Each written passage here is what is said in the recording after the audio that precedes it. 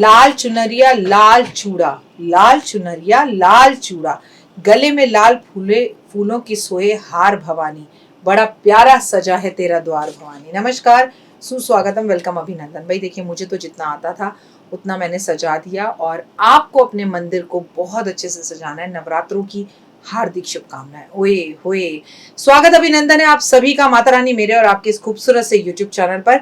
चलिए हमेशा की तरह कार्यक्रम की शुरुआत बिलीव इन कर्मा।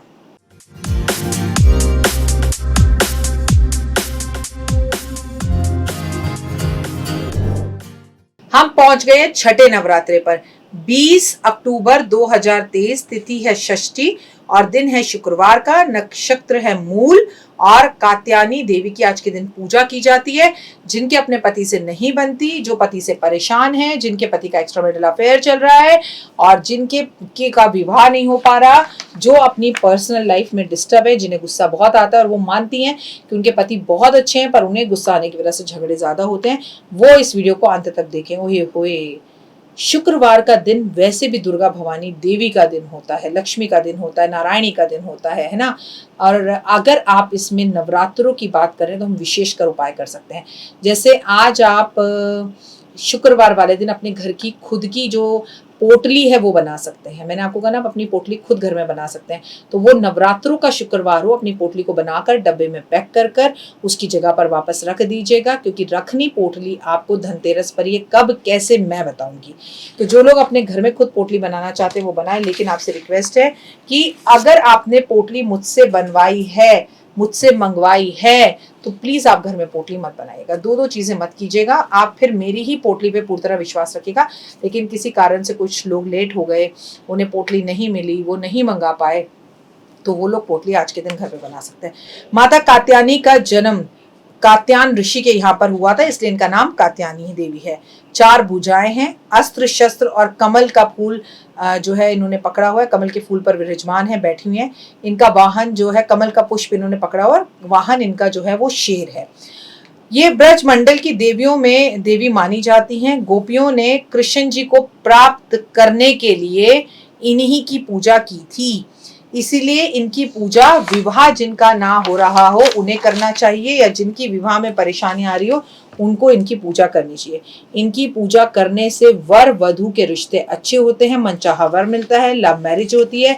लड़के में कोई कमी हो, लड़का शराब पी रहा हो, बात ना सुन रहा हो, तो उसमें भी सुधार होता है। वैसे तो शराब का सीधा कनेक्शन दिमाग से है, इंसान तभी उसे छोड़ता है जब उसे छोड़ना चाहता है, लेकिन इन देवी की पूजा से असंभव से संभव चीज भी संभव हो सकती है। ज्योतिष में बृहस्पति ग्रह से इनका सीधा हिस्सा जोड़ा जाता है। कुंडली में इनका संबंध बृहस्पति ग्रह से, और बृहस्पति ग्रह शादी के लिए कारगर ग्रह माना गया है। कहा जाता है कि आग्रा चक्र में इनका वास होता है और इनका संबंध बहुत अच्छा है। ये माता रानी बड़ी जल्दी प्रसन्न होती हैं और आपकी विवाहित जीवन को अंदर कोई कष्ट और तकलीफ आ रही हो उसे दूर करती हैं। जल्दी विवाह के लिए देवी की पूजा करें, मन चाहे वर के लिए देवी की पूजा करें, विवाह में आ रही बाधाओं के लिए देवी की पूजा करें, एक्स्ट्रामैरिटल अफेयर के लिए देवी की पूजा करें, अगर विवाह कुंडली में नहीं है तो देवी की पूजा करें, अगर विवाह होकर टूटने जैसी कगार पर है तो देवी की पूजा करें, विवाह अगर नहीं हो रहा तो देवी की पूजा करें। इनकी पूजा से आप सब कुछ प्राप्त कर सकते हैं। शाम को गोधूली बेला में माता को की पूजा करने का सबसे महत्वपूर्ण समय बताया गया। वैसे तो आप सुबह उठेंगी, घर में जो पूजा पाठ करती हैं करेंगी, माँ को भोग लगाएंगी, माँ की आरती करेंगी, केले माँ के समक्ष रखेंगी, फल रखेंगी और अपनी खेतरी को जल देंगी और जो आप पाठ करते हैं करेंगी। लेकिन शाम के टाइम अगर आप माँ की पूजा विशेषकर करना चाहती हैं तो शाम को गोधूली बेला में लाल रंग के कपड़े पहनकर, लाल रंग के आसन पर बैठकर पीले फूलों की माला माँ को अर्पण करें, घी का जोत जलाएं और माँ को शहद अर्पण जरूर करें। सुहागन अपने सुहागवती होने के लिए, या अगर सुहागन है तो अखंड सौभाग्यवती होने के लिए माँ को पीले और लाल पुष्प अर्पण करें। माँ को इत्र जरूर लगाएं। माँ को कमल गट्टे की माला पर ओम ह्रीं क्लीं चामुंडा विचा का जाप करें। विवाह नहीं हो रहा तो बताइए, विवाह में परेशानी आ रही है तो बताइए। माँ को हल्दी की गांठ अर्पण जरूर करें, और अगर विवाह हो चुका है तो अपनी हल्दी की गांठों को उठाकर इसी दिन रात्रि में अपने बेड के गद्दों के अंदर रख लीजिए। मैरिड लाइफ में सुधार होगा। और विवाह नहीं हुआ हो जाए ये चाहते हैं तो पीले कपड़े में लेके सीधे हाथ की बाजू में वो पीली गांठों को बांध लीजिए। माँ को श्रृंगार अर्पण जरूर करें। आज अगर आप जिंदगी में सच में बहुत कुछ अच्छा चाहती हैं तो माँ को शहद अर्पण करके अपने पति देव को शहद खिलाएं, अपनी पत्नी को शहद खिलाएं, और अगर आप कुंवारी हैं तो खुद शहद खाएं, और जिसे आप अपने पति के रूप में पाना चाहती हैं उसे शहद खिलाएं। इससे आपको बहुत फायदा होगा। बात ये कि आज हम केतु के लिए ऐसा क्या उपाय कर सकते हैं कि 2023 में हमारा जीवन खूबसूरत हो जाए।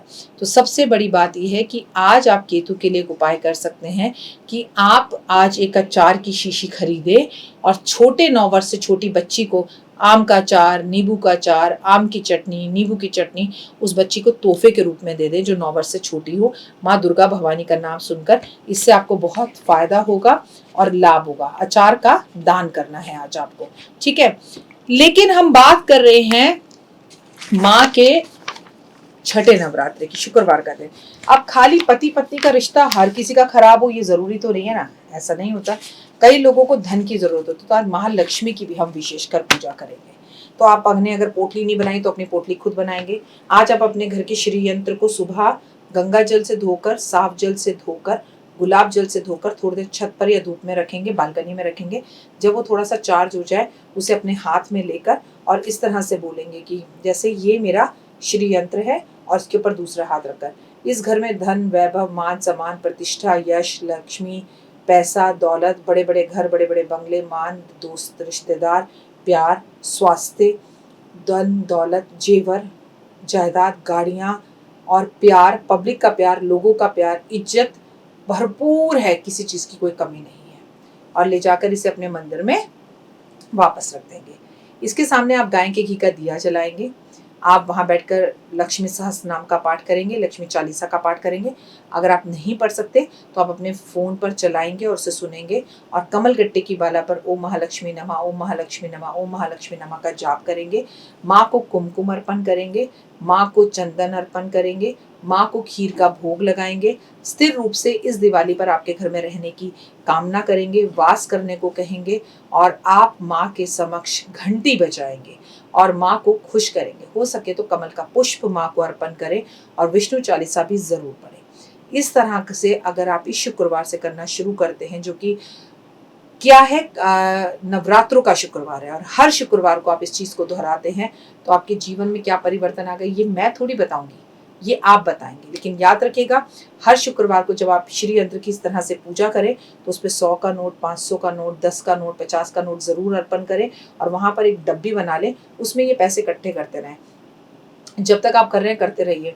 कुछ दिनों बाद जब ये पैसे बहुत सारे इकट्ठे हो जाएं तो इससे जाके चांदी का या सोने का कोई सामान खरीद लीजिए, और भी पैसे इसमें आप और मिला सकते हैं अलग से। भगवान के लिए कोई चीज़ खरीद लीजिए, भगवान की चौकी चांदी की खरीद लीजिए, भगवान की चांदी का दीपक खरीद लीजिए। इसी तरह से महिलाएं, मैं तो कह रही हूँ मेरी सासू माँ क्या करती थी, जब वो शुक्रवार को लक्ष्मी जी की पूजा करती थी, अब तो बीमार रहती हैं नहीं करती हैं बहुत ज़्यादा, तो वो 108 सिक्के अर्पण करती थी। फिर वो 108 सिक्के वहीं पे कटोरे में इकट्ठा करती रहती थी। जब वो लगता था अब कटोरे में से सिक्के बाहर गिर रहे हैं, बहुत तकलीफ हो रही है, सिक्के नहीं टिक पा रहे हैं, तो वो उन्हें दुकानदार के पास ले जाती थी और उससे कहती थी ये ले लो, और ये मुझे दीपक पसंद है चांदी का दे दो, प्लेट पसंद है दे दो, कटोरी पसंद दे दो। जो पैसे ऊपर से डालने पड़ते थे वो डालती थी। ऐसा मैंने अपनी शादी के पहले शुक्रवार उन्हें करते हुए देखा था। जब मैं ससुराल पहुंची तो मैंने उनसे ये चीज़ सीखी, और मैंने इस चीज़ को दोहराया भी, देखा भी। ऐसा करने से स्थिर रूप से लक्ष्मी आपके घर में वास करती है। फिलहाल मुझे दीजिए इजाजत, अपना और अपनों का रखे खास ख्याल। जय